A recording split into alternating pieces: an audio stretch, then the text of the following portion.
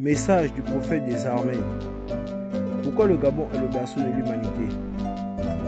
Parce que c'est au centre de la terre que Dieu commença la création. Les plantes, les végétaux et tout ce qui est. Ainsi il fit l'homme noir, tiré de la poussière noire, détenteur de la première langue de la terre avant la multiplication des langues, détenteur de l'arbre de la vie qui fut protégé par 2 anges chérubins après la chute antique. Conformément à ce qui est écrit dans les Saintes Écritures, l'Éternel Dieu planta un jardin en Éden.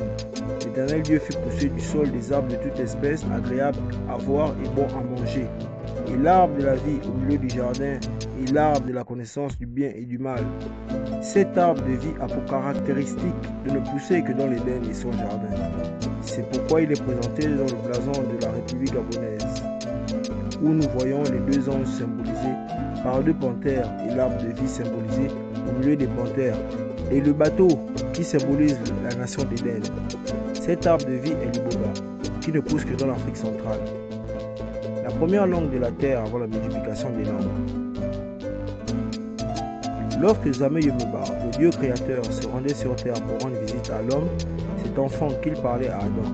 Le fond est la première langue du monde avant la multiplication des langues, car c'est à la tour de Babel que les langues furent multipliées par Dieu.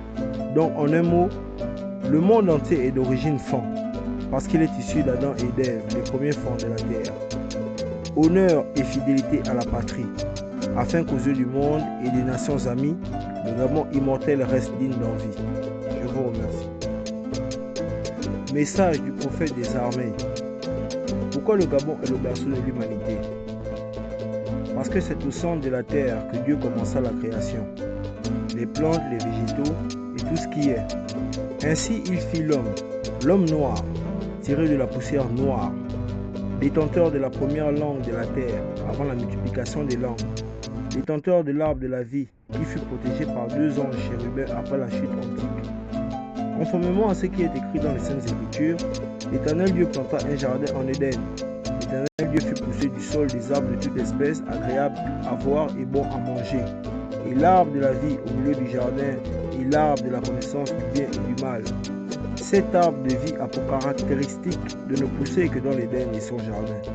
C'est pourquoi il est présenté dans le blason de la République gabonaise, où nous voyons les 2 anges symbolisés par 2 panthères et l'arbre de vie symbolisé au milieu des panthères, et le bateau qui symbolise la nation d'Éden.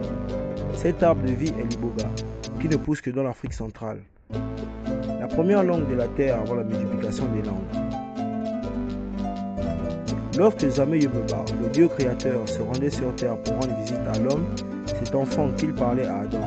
Le fond est la première langue du monde avant la multiplication des langues, car c'est à la tour de Babel que les langues furent multipliées par Dieu. Donc en un mot, le monde